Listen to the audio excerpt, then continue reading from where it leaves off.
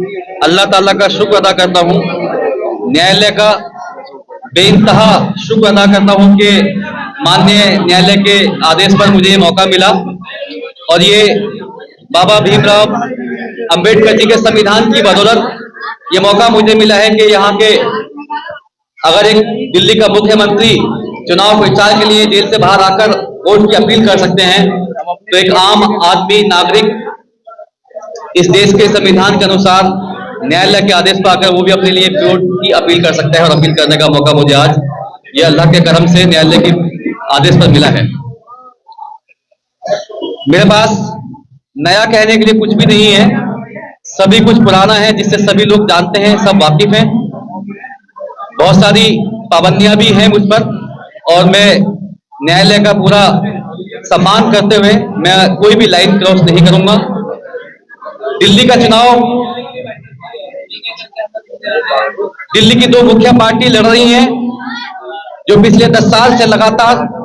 सरकार में मौजूद हैं। एक तरफ दिल्ली की सरकार है जिसको केजरीवाल की सरकार कहा जाता है, एक तरफ वो सरकार है जिसको देश में मोदी की सरकार कहा जाता है। लेकिन अफसोस की बात कि लोकतंत्र की जो पहचान है, जनता का जो जनप्रतिनिधि है, एमएलए एमपी, आज कहीं ना कहीं हम उस चीज से भटक रहे हैं। आज जनता एक ब्रांड के चक्र में फंसी हुई है। एक पार्टी मांगती है कि मुझे मोदी जी के नाम पे वोट चाहिए, दूसरी पार्टी मांगती है कि मुझे केजरीवाल के नाम पे वोट चाहिए, लेकिन जो प्रत्याशी है वो कभी अपना नाम सामने नहीं लेकर आते। जबकि हमारे देश का लोकतंत्र का ये खास जो पहचान है, उसकी ताकत है, वो जनता की वोट की ताकत, जनता के अधिकार हैं। और जनता के बीच जो प्रत्याशी है, अगर उसे ब्रांड पार्टियां बेचती हैं, पैराशूट के जरिए बेचती हैं, बाहर से बेचती हैं, वो सिर्फ आकर के जनता में एक ही बात बोलते हैं कि मैं आजादपुर से आया हूं या मैं ओखला से आया हूं, मुझे आप वोट करें, मुझे केजरीवाल जी ने भेजा है, मुझे मोदी जी ने भेजा है। अरे भाइयों, आपके बीच का आदमी जो आपके साथ रहता है, जिसने आपके बीच 25 से 30 साल 50 साल तक की उम्र आपके साथ बिताई है, उसको मालूम है कि यहाँ की सड़कें खराब है, उसे मालूम है कि यहाँ पानी नहीं आता, उसे मालूम है कि यहाँ बच्चों के लिए स्कूल नहीं है, टेंट के अंदर बच्चे पढ़ते हैं, लेकिन सिर्फ एक हवा के चक्कर में, रॉ के चक्कर में सब लोग बह जाते हैं और ब्रांड मोदी, ब्रांड केजरीवाल को अपना वोट देकर अपनी ताकत को बेच देते हैं, खत्म कर देते हैं। मैं कहना चाहता हूं कि लोकतंत्र में सबसे बड़ी पहचान उसकी वोट की ताकत तभी है जब आपका जनप्रतिनिधि आपके लिए खड़ा हो, आपके साथ चलता हो, आपके लिए काम करता हो, आपके लिए हक की आवाज उठाता हो। आज दिल्ली के अंदर जिस तरह से मुस्तफाबाद को एक वोट सीट के जरिए पहचाना जा रहा है, मीडिया के माध्यम से मैं देखता हूं कि सिर्फ 3 लोगों की चर्चा बहुत ज्यादा होती है। या तो केजरीवाल की चर्चा होती है, मोदी जी की चर्चा होती है, या फिर ताहिर हुसैन और ओवैसी साहब की चर्चा होती है। आपको ये समझना पड़ेगा मुस्तफाबाद की जनता को, मुस्तफाबाद के वासियों को, कि आज जहां पर आपका बेटा, आपका भाई पिछले 5 साल से एक नाइंसाफी का शिकार हो रहा है, जेल की सलाखों के अंदर बंद है, ऊंची ऊंची दीवारों के पीछे अपने बीवी से, बच्चों से, अपने परिवार से, आपसे दूर रहकर एक वो इंसान जिसने अपने लिए और अपने क्षेत्र की जनता के लिए नेहरू विहार का वार्ड का जब काउंसलर था तो कितने सारे काम कराए हैं। यहाँ पर रोड 25 फुटा बनाया, आरसीसी की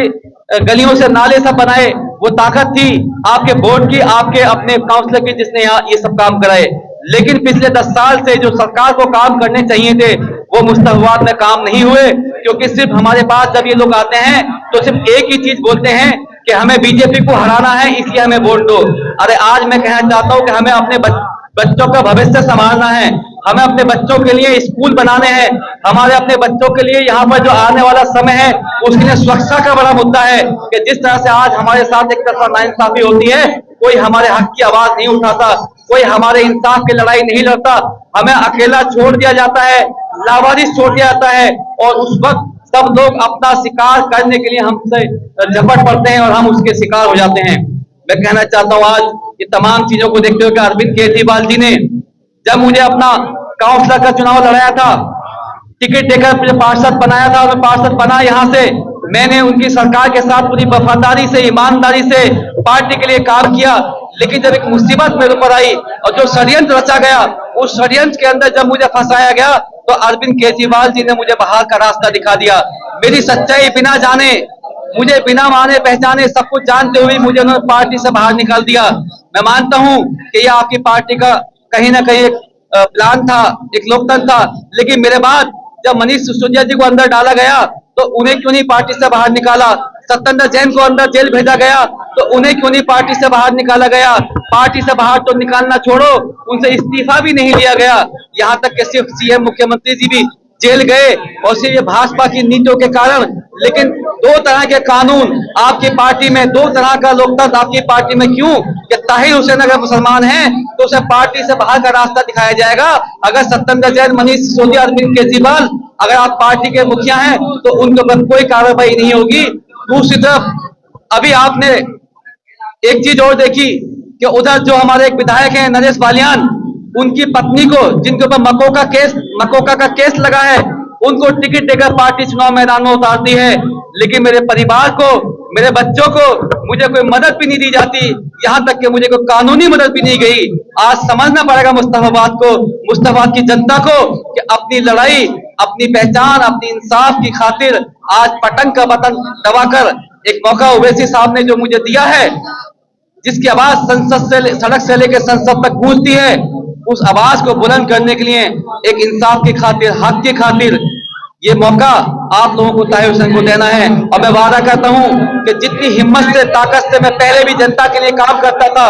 जनता के साथ खड़ा रहता था, उससे भी ज्यादा मैं जनता के लिए अब आगे आने वाले वक्त में काम करूंगा।